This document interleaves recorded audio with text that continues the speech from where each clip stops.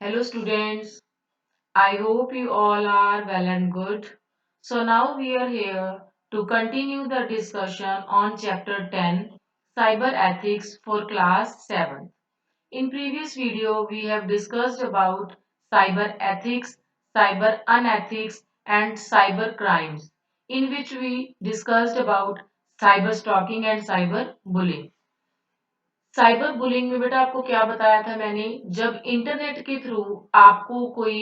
Harassment हो रही है लाइक आपको कोई किसी भी तरह के गलत वर्ड यूज हो रहे हैं कोई थ्रेटनिंग मैसेज सेंड कर रहा है कोई एम्बैरेसिंग रिमार्क्स दे रहा है र्यूमर्स को पोस्ट कर रहा है और किसी की सेंटिमेंट्स को हर्ट कर रहे हैं किसी के मैसेज या कमेंट सोशल मीडिया पे ऑनलाइन उन सारी टर्म्स को क्या बोला जाता है साइबर बुलिंग और ये ज्यादातर कॉमन किसमें थी टीनेजर्स में ये हमने प्रीवियस वीडियो में पढ़ा था और इससे बचा कैसे जा सकता है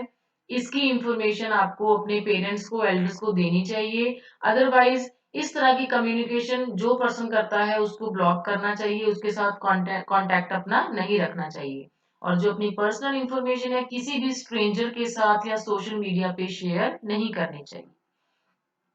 so now the next topic is cyber crime against property cyber crime बेटा यहाँ में इन्होंने सबसे पहले हमने इंडिविजुअल के लिए पढ़े थे इंडिविजुअल को कैसे इफेक्ट करते हैं साइबर क्राइम सेकंड था प्रॉपर्टी को और थर्ड था किसी ऑर्गेनाइजेशन को तो हमारा सेकंड पॉइंट है प्रॉपर्टी को कैसे हार्म करते हैं साइबर क्राइम्स किस तरह के होते हैं उसके अंदर बेटा क्या आता है cyber squatting cyber vandalism hacking a computer system cyber trespass, internet time theft, and transmitting virus are some forms of cyber crimes against property. अब देखो प्रॉपर्टी का क्या मीनिंग समझते हो यहाँ पे प्रॉपर्टी का मतलब ऐसा कंटेंट जो ऑनलाइन आपने बनाया है बट उस कंटेंट को कोई और स्टील करके उसको यूज कर रहा है अपने नेम से उसको प्रॉपर्टी कहेंगे एज यूजुअल हम प्रॉपर्टी को क्या समझते हैं जो आपकी जमीन होती है या फिर घर है इसमें वो प्रॉपर्टी नहीं इसमें वो प्रॉपर्टी है जैसे आपने ऑनलाइन इंटरनेट पे कोई डाटा बनाया है कोई वीडियो बनाई है उसको कोई और चोरी करके अपने नेम से आगे डिस्ट्रीब्यूट कर रहा है सेंड कर रहा है उसको हम प्रॉपर्टी कहते हैं तो उसको प्रॉपर्टी को बचाने के लिए हमारे कुछ राइट्स होते हैं वो राइट्स हम पढ़ते हैं क्या है इंटेलेक्चुअल प्रॉपर्टी राइट्स अपनी जैसे कि आपने कोई इन्वेंशन की है कोई लोगो तैयार किया है कोई डिजाइन तैयार किया है ऑनलाइन कोई आपका कोई लिटरली वर्क मतलब कोई आपने पोइम लिखी है कोई किसी भी तरह का म्यूजिक इमेजेस एनीथिंग जो आप बना रहे हो वो किसके अंडर आते हैं बेटा आपकी इंटेलेक्चुअल प्रॉपर्टी जिसके राइट्स क्या होते हैं उसको कोई भी आपकी परमिशन के बिना यूज नहीं कर सकता तो इस तरह से जो कोई यूज करता है अनऑथराइज्ड पर्सन उसको कॉपी करता है आगे डिस्ट्रीब्यूट करता है वो कहलाता है साइबर क्राइम्स कौन सी इंटेलेक्चुअल प्रॉपर्टीज हो सकती हैं सबसे पहले आता है बेटा पॉइंट कॉपीराइट कॉपीराइट टर्म आपने बहुत बार सुनी होगी एक लीगल टर्म है जो हमारे किन चीजों को प्रोटेक्ट करने में हेल्प करती है लिटरली वही जो पोएम्स है आपने लिखी है कोई ड्रामा लिखा है ड्रामेटिक म्यूजिक कोई गाना बनाया है आर्टिस्टिक ओरिजिनल वर्क्स एटसेट्रा ये सारे कॉपीराइट के अंदर आते हैं अब आपने भी देखा होगा जो कोई पर्सन सॉन्ग बनाता है अपना अगर उस सॉन्ग को कोई और ऐसे कैसे यूज कर सकता है जिसने सॉन्ग ओरिजिनल बनाया होता है उससे परमिशन लेके ही वो सॉन्ग आगे किसी मूवी में यूज होता है तो इसको बोलते हैं बेटा कॉपीराइट जिसने ये ओरिजिनल बनाया है उसी का उसके ऊपर कॉपीराइट होता है जैसे कि कोई प्ले है कोई मूवी है पोइट्री है नोवेल है songs advertisement painting photograph software या फिर आर्किटेक्चरल डिजाइन कुछ भी इसमें हो सकता है The time period of copyright protection lasts for a lifeline of an author plus 70 years. जितनी देर पर्सन की लाइफ है तब तक उस पर्सन का कॉपीराइट उस चीज पे रहता है नेक्स्ट आता है बेटा ट्रेडमार्क ट्रेडमार्क मतलब एक साइन होता है एक फ्रेज वर्ड या symbol that is capable of identifying and distinguish goods and services of one manufacturer और सेलर फ्रॉम द अदर मान लो दो तीन पर्सन हैं सेम चीज बनाने वाले हैं पर तीनों पर्सन अलग अलग है उनकी कंपनी अलग अलग है तो उनकी कंपनी का लोगो या उनका डिजाइन उस प्रोडक्ट पे लगा होता है उसको कहते हैं ट्रेडमार्क अब हम किसी और कंपनी का ट्रेडमार्क अपने प्रोडक्ट पे कैसे लगा दोगे जैसे एडिडास है समथिंग जो भी आप ब्रांड का नेम लेते हो, जिस पर्सन का वो ब्रांड है वो ही उस ब्रांड की चीजें बना सकता है। हम उस ब्रांड को यूज नहीं कर सकते विदाउट उनकी परमिशन। तो ये भी एक साइबर क्राइम है। Patent. Patent is an exclusively legal right related to an invention. Invention का मतलब आपने सपोज कोई चीज इन्वेंट की है, मान लो कोई नई मशीन बनाई है, कोई मैन्युफैक्चर की है, कोई चीज आर्टिकल बनाए हैं, कंपोजिशन की है, तो वो क्या है, जब बनाई आपने है तो आपका पेटेंट है उस चीज पे। आपकी जो पेटेंट चीज होती है आप उसके ओनर हो, तो आपके पास राइट होता है उस चीज का भी। आप ये पर्सन किसी को पब्लिश तो कर रहे हो, पब्लिकली उस चीज को दिखा रहे हो भी मैंने ये चीज बनाई है, पर आपका हक होता है उस पे। आप डिसाइड करोगे भी सामने वाला पर्सन उसको किस तरह से यूज कर सकता है। तो पेटेंट का जो टाइम पीरियड होता है इंडिया में 20 ईयर्स होता है, जब से वो पेटेंट फाइल होती है जो हम फाइल करते हैं। बट ये एक्सटेंड भी हो सकता है, एडजस्टमेंट इसमें होती है। मिनिमम 20 तो होती ही होती है। पेटेंट का मतलब कोई मशीन कुछ भी चीज आपने बताई बनाई है तो आपका उस पर राइट होता है। Industrial design right. It means industrial design right constitute the ornamental or aesthetic aspect of a article. मान लो जैसे ornamental आपने कोई गहने बनाए हैं, ज्वेलरी बनाई है, उसमें डिजाइन तैयार किया है, पैटर्न लगाया है, सरफेस शेप कलर लाइंस, आपने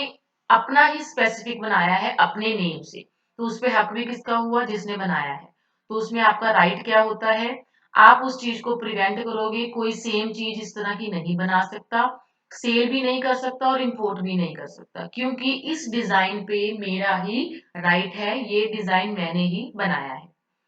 उसके साथ का सिमिलर डिजाइन कोई मर्जी बना ले, बट सेम टू सेम उसी डिजाइन को हम सेल नहीं कर सकते। Trade secret. जैसे आप बिजनेस करते हो, बिजनेस में बहुत सारी कॉन्फिडेंशियल सीक्रेट इंफॉर्मेशन होती है, उस बिजनेस के मेथड्स होते हैं, इकोनॉमिक एडवांटेज होती हैं, कॉम्पिटिटिव एज होती हैं, उसको लीक नहीं कर सकते आप। फॉर एग्जाम्पल जैसे आपने कभी सोचा होगा गवर्नमेंट में कॉन्ट्रैक्ट मिलते हैं किसी को, उस कॉन्ट्रैक्ट पे पैसे लगते होते हैं, कौन कितने पैसों में इस कॉन्ट्रैक्ट को पूरा करके देगा, तो वो कॉन्फिडेंशियल इंफॉर्मेशन है, उसको कोई लीक नहीं कर सकता। अगर वो लीक होती है, वो सीक्रेट लीक होता है, तो उसको क्राइम बोला जाता है। Disclosing the trade secret. Trade करने का जो सीक्रेट है, मेथड है कॉम्पिटिटर्स के साथ, अगर उसको कोई डिस्क्लोज करता है तो वो अनफेयर है, इलीगल है। तो इसीलिए जब भी trade secret usually include sales method में होती है, ट्रेड सीक्रेट कंज्यूमर की लिस्ट में, किसी की एडवर्टाइजमेंट करने में, और कोई चीज मैन्युफैक्चर करने में, इन सब में क्या यूज होता है, ट्रेड सीक्रेट। तो ये आपके 4 और 5 क्या थे बेटा, आपके इंटेलेक्चुअल प्रॉपर्टी राइट्स थे, आपके राइट जो जिस पर्सन ने ये बनाया होता है। अब इसके अगेंस्ट क्राइम कौन कौन कर सकता है, किस तरह के क्राइम हो सकते हैं। Identity theft. वही सेम चीज, अगर चीज आपने बनाई है, मान लो ऑनलाइन शॉपिंग हो रही है, आप अपनी आइडेंटिटी ऑनलाइन डालते हो, आपकी आइडेंटिटी कोई और यूज कर रहा है, कोई और आपके नेम से सेल परचेज कर रहा है, आपका डेट ऑफ बर्थ, आपके फादर्स नेम, मदर्स नेम, आपकी डिटेल सारी यूज करके आगे लेन देन कर रहा है, डीलिंग कर रहा है, तो वो होती है आइडेंटिटी को चोरी कर लिया। फिशिंग क्या होता है बेटा, फिशिंग ये इसमें क्या होता है, जो इनोसेंट पर्सन, भोले भाले पर्सन है, जैसे कि उसका कोई यूजर पासवर्ड चोरी कर लेना, डेबिट कार्ड क्रेडिट कार्ड की डिटेल्स को चोरी कर लेना, वो फिशिंग अटैकर होते हैं। फोन करते हैं, कहते हैं हम बैंक से बोल रहे हैं, और आपसे कोई ना कोई डिटेल ले लेते हैं, तो ये सारी टर्म इसके अंडर आती है।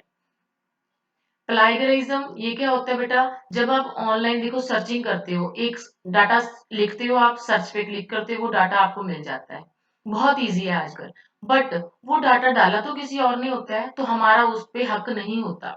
तो इसलिए जिसने वो पर्सन ने डाटा बनाया है, वो उस चीज को क्लेम कर सकता है भी मेरा डाटा आप क्यों यूज कर रहे हो। उसमें चाहे टेक्स्ट हो, इमेज हो, ऑडियो वीडियो डिजाइन समथिंग जो भी है, जो राइट्स है कॉपीराइट उसके पास ही होते हैं। तो हम क्या कर सकते हैं, अगर किसी की परमिशन के बिना हम उसका डाटा यूज कर रहे हैं विदाउट उसकी नॉलेज से, उसको भी क्राइम माना जाता है। बट आजकल ये कॉमन है, हम सब इंटरनेट गूगल पे जाके सर्च करते हैं किसी और का डाटा, तो उस चीज को बोला जाता है प्लागियरिज्म।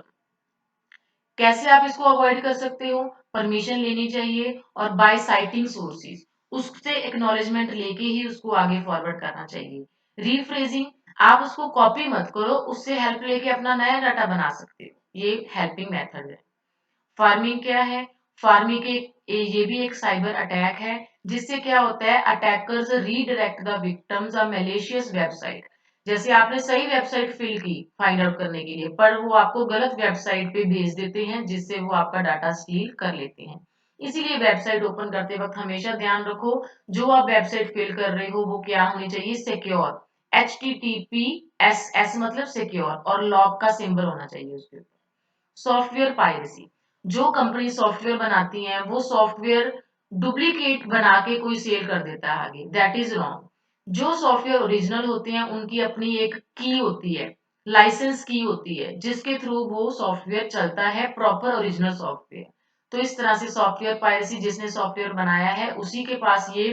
राइट होता है, वो उसको सेल कर सकता है आगे। इसीलिए डुप्लीकेट कॉपी सॉफ्टवेयर की यूज नहीं करनी चाहिए। हमेशा लाइसेंस्ड कॉपी को परचेज करना चाहिए, उसकी कॉपीज बना के आगे डिस्ट्रीब्यूट नहीं करनी चाहिए। Avoid using pirated CDs and software, इसको अवॉइड करना चाहिए। जेन्युइन प्रोडक्ट्स को हमें परचेज करना चाहिए। ये बेटा आपका होमवर्क है, लेट्स रिव्यू, जिसमें 3 फिलअप्स हैं, आप इसको अपने आप करोगे। अगर फिर भी कुछ नहीं समझ में आया, then you can ask in live class and also put comment under this YouTube video. Thank you students, have a nice day, bye bye.